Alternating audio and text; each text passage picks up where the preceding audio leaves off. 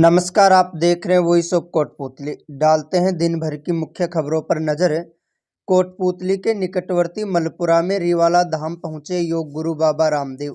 उन्होंने संकट मोचन 108 कुंडे महायज्ञ में भाग लेकर आहुति दी। वहीं अलवर सांसद मेहनत बालक नाथ ने भी कार्यक्रम में शिरकत की।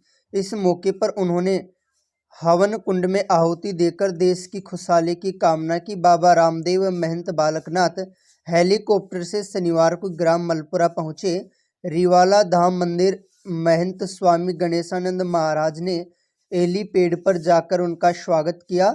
इस अवसर पर योग गुरु बाबा रामदेव ने सभी यजमानों को आशीर्वचन देकर सत्संग किया एवं गुरुकुल के प्रथम चरण का उद्घाटन भी किया। योग गुरु बाबा रामदेव ने कहा कि जिस प्रकार आज महायज्ञ का आयोजन किया जा रहा है उसकी आज के समय में बहुत ज़्यादा आवश्यकता है। भारतीय पद्धति को जागरूक कर आज की युवा पीढ़ी को जगाना बेहद आवश्यक है। भारतवर्ष में सदियों से यज्ञों का बहुत महत्व रहा है। इस अवसर पर भाजपा के प्रदेश मंत्री महेंद्र यादव, भाजपा नेता शंकरलाल कसाणा, एडवोकेट हीरालाल रावत, समाज सेवी दिनेश मित्तल सहित बड़ी संख्या में श्रद्धालु मौजूद रहे। एक बार हाथ उठा करके बोलेंगे, अजय सिंह साहब हमारे थोड़ा तपस्या करेंगे, इधर नहीं कर पा जाएंगे, इधर आ जाओ, ये इधर आ जाओ दीदी के पास बैठ। ये हमारे भारतीय शिक्षा बोर्ड के चेयरमैन हैं जो आने वाले समय में जो वैज्ञानिक काम करके गया था उस बात को साफ करने का काम हमारी शिक्षा में वेद दर्शन उपनिषद भारत की पूरी सनातन परंपरा का बोध हो, उस कार्य को पहले से करके बैठे। तो उसके लिए बहुत बड़ा पुरुषार्थ करें। आदरणीय एनपी सिंह साहब का भी एक बार सबकी ओर से बहुत बहुत अभिनंदन है।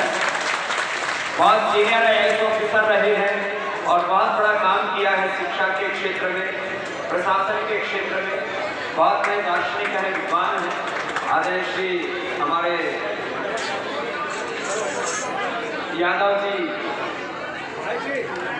महेंद्र यादव जी के लिए भी बहुत बहुत आशीर्वाद है। बहुत खाड़ा तगड़ा लड़का है। यहाँ मेरे को छोड़ के सब तगड़िए तगड़िए महाराज ने तो बोले तगड़ियों महाराज। एक बार तगड़िया महाराज के लिए जोरदार ताली बजाऊंगा। बड़ा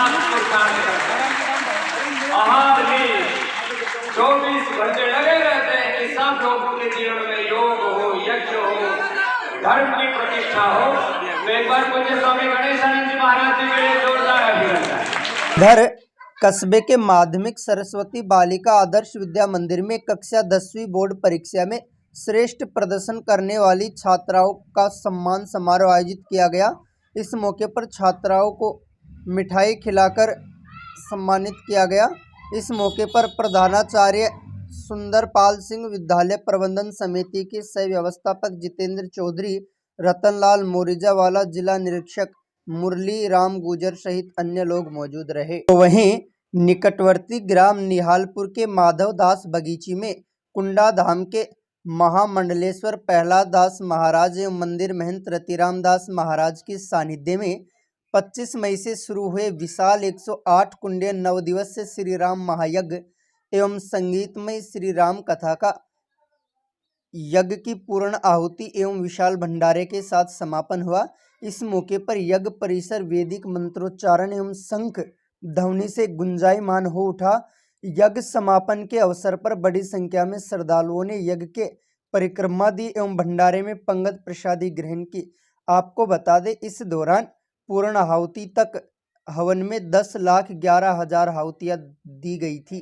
अब ले चलते हैं आपको नारायणपुर, जहां पुलिस मुख्यालय के आदेशानुसार शनिवार को विभिन्न स्थानों पर बिना हेलमेट पहनकर 2 पहिया वाहन चलाने वालों के खिलाफ पुलिस ने बड़ी कार्रवाई करते हुए चालान काटे व इसके साथ ही लोगों से समझाइश भी की गई कि वह वाहन चलाते समय हेलमेट का प्रयोग करें व इसके साथ ही अन्य यातायात नियमों का पालन करें। इसके पीछे सोच यही है कि आए दिन दुर्घटनाएं हो रही हैं और दुर्घटनाओं को रोकने के लिए कि कई बार क्या होता है, कोई एक्सीडेंट हो जाता है, अगर हेलमेट नहीं होता है तो उससे सिर का बचाव हो जाता है। अगर अपना सिर सुरक्षित है तो सब कुछ सुरक्षित है।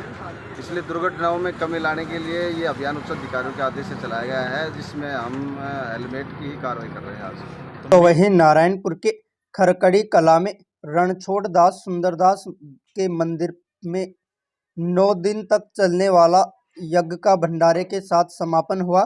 समापन समारोह में पूर्व कैबिनेट मंत्री डॉक्टर रोहितासु शर्मा, भाजपा मंत्री महेंद्र यादव, सुरेश चंद्र कपूरिया सहित अन्य दिग्गजों ने शिरकत की व क्षेत्र की खुशहाली और तरक्की की कामना की। यहाँ बाबा सुंदरनाथ जी के चरणों में प्रणाम करता हूँ पहले तो, और जो देवनाथ जी महाराज है उनके सानिध्य में जो 51 कुंडी जो यज्ञ हुआ 9 दिन का, उसमें आसपास के करीब कई गांवों के लोगों ने इसका लाभ लिया। और जो भी इसमें जोड़े बैठे हैं, मैं निश्चित रूप से ऐसा मानता हूँ कि यज्ञ से बड़ी कोई पूजा नहीं है।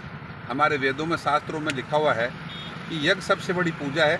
निश्चित रूप से आने वाले समय में इस यज्ञ का लाभ अभी भी मिल रहा है और आगे भी मिलेगा। निश्चित रूप से अब की बार ईश्वर की कृपा रहेगी, सभी आसपास के लोगों पर अच्छी बारिश हो, अच्छा मौसम रहे, ऐसी मैं प्रार्थना करता हूँ आपके। बहुत अच्छा महसूस हो रहा है। और जब मैं यज्ञ की ओर प्रार्थना कर रहा था श्रद्धा से, तो मैंने देखा अग्नि स्वतः ही प्रज्वलित, एक जगह थी अग्नि, दूसरी जगह भी प्रज्वलित हुई। मुझे साक्षात यज्ञ का आशीर्वाद मिला है, तो मैं बहुत प्रसन्न हूँ। और इस कलयुग में जो श्रद्धा से लोग, गांव के लोग, कार्यकर्ता लोग और सब लोग मिलके इस तरह यज्ञ करते हैं, तो निश्चित तौर पर आसमान में भगवान जहाँ विराजमान है, उच्च स्थान जहाँ उनका वहाँ विराजमान है, वहाँ से सबको आशीर्वाद देते हैं कि तुम्हारी कामना पूरी हो। और हमारे भारतीय संस्कृति में यज्ञ का बहुत बड़ा महत्व है, सनातन धर्म में यज्ञ का बहुत बड़ा महत्व है।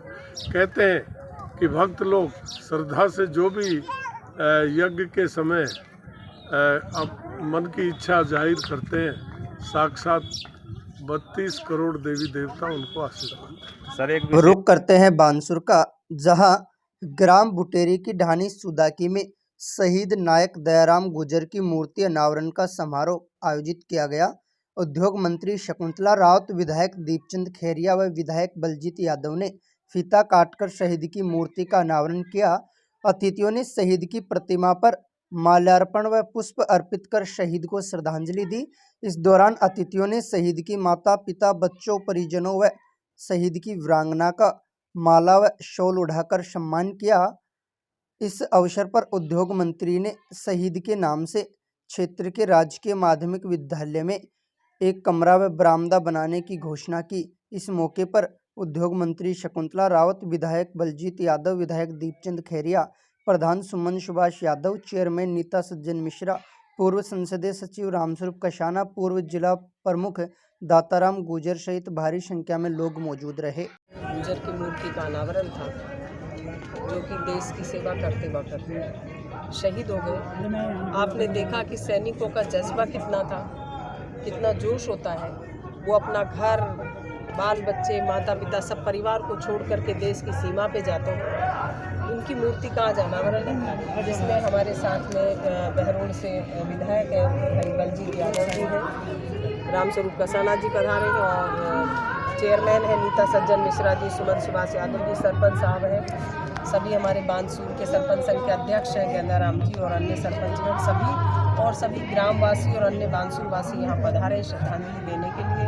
तो ये एक जो देशभक्ति का जज्बा होता है, तो उसको हम सलाम करते हैं। और हमारी सरकार की तरफ से जो सुविधाएं दी जाती हैं एक शहीद के परिवार को, एक जने को सरकारी नौकरी देने का प्रावधान है, भूमि देने का प्रावधान है, और दूसरा माता पिता की एफडी करते हैं, बच्चों की पढ़ाई का है, पूरा पासेज है, आने जाने का है, सब कुछ सुविधाएं राजस्थान सरकार की तरफ से दी जाती है। कि उसके बाद में उसके बच्चों को नौकरी दी जाए, या वीरांगना चाहे तो उसे नौकरी दी जाए।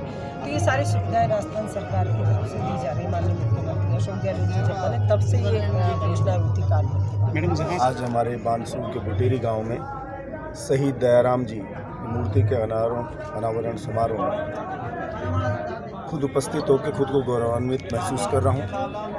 हम चैन की नींद सोते हैं, पूरा देश चैन की नींद सोता है जब बॉर्डर के ऊपर सैनिक। ये है कि मरना हम है, लेकिन एक ऐसा मरना कि आदमी मरने के बाद भी जिंदा रहे, तो मेरे लिए सबसे प्राउड की बात है कि मेरे पति देश के लिए शहीद हुए और मैं भी देश के लिए ही बलिदान दूँ।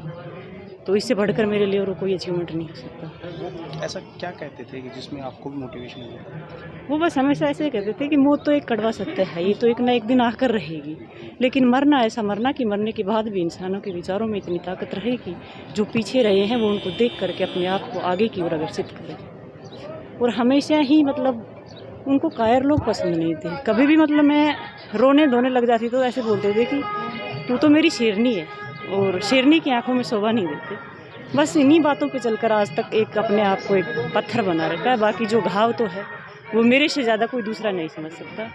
और मैं ज़्यादा देर यहाँ पे बातें नहीं कर सकूँगी आपके साथ। बस 4 लाइनें बताना चाहूँगी कि अनमोल बुजुर्गों की बातें, अनमोल बुजुर्गों का साया, अनमोल बुजुर्गों की बातें, अनमोल बुजुर्गों का साया। उस चीज़ की कीमत मत पूछो जो चीज़ पुरानी होती है। उस कहरे इलाही का यारो शब्दों में बयां है नामुमकिन, जब बाप के कांधों को मैयत बेटे की उठानी पड़ती है।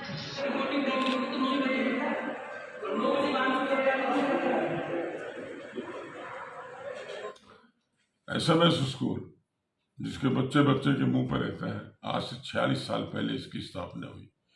बानसूर में निजी क्षेत्र में उससे पहले कोई विद्यालय नहीं जानते थे कि मैंने गवर्नमेंट सर्विस छोड़कर एक बानसूर, एक मेरी जज्बा था, मेरे अंदर एक इच्छा थी कि बानसूर में कभी तक कोई अधिकारी नहीं बने, इसलिए मैंने निजी विद्यालय यहाँ खोला और न कोई प्रचार किया। इष्ट मित्रों के सहयोग से यहाँ ये शुरू हुआ और आज मुझे गर्व है यहाँ के पेरेंट्स पर और मेरे छात्र छात्राओं पर कि जो आज एक चपरासी से लेकर IAS तक है मेरे स्टूडेंट, और सिपाही से लेकर के, जवान से लेकर के और IPS तक है। फौज में कर्नल तक की पोस्ट पे पहुंच चुके हैं मेरे स्टूडेंट। राजनीति में भी वार्ड पंच से लेकर विधायक तक बन चुके हैं।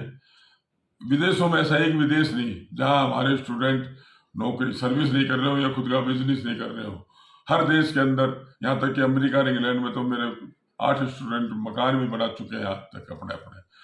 अब कल जो माध्यमिक शिक्षा बोर्ड 10वीं का रिजल्ट जारी हुआ, उसमें SMS विद्यालय की छात्रा ने, अंजलि ने, मेरा नाम कामयाब किया अपना, बानसूर का, अपने पेरेंट्स का, विद्यालय का 98.83 अंक प्राप्त करके इसने अलवर जिला टॉप किया है और राजस्थान में 3रा स्थान प्राप्त किया। इसी प्रकार इससे पहले साइंस का रिजल्ट आया, उसमें बानसूर में SMS प्रथम पर रहा। इसी प्रकार आर्ट्स का रिजल्ट आया, उसमें भी 96.60 अंक प्राप्त करके बानसूर तहसील टॉपर रहा है। तो साइंस, आर्ट्स और 10th क्लास तीनों का 100% रिजल्ट, 100% तो रिजल्ट रहा है और सबसे अधिक ज़्यादा परसेंटेज से बच्चे उन्नत हुए। निश्चित इन बच्चों के उज्जवल भविष्य की हम कामना करते हैं। पेरेंट्स का अटूट विश्वास के कारण ही हम ये सब करवाए हैं। एक हमारी परमानेंट टीम है टीचरों की, मैनेजमेंट उन पर गर्व करता है कि उन स्टाफ पर और पेरेंट्स पर जो हम पर विश्वास करते हैं, इन बच्चों को तैयार करते हैं। निकिता यादव निहायत एक गरीब परिवार से आती है और बच्ची कक्षा 11-12 में भी हमने उसे निःशुल्क ही पढ़ाया था, क्योंकि मेरे टीचर ने, बलबीर यादव ने बताया था कि घर की परिस्थिति नहीं है सर, इसको पढ़ा दो।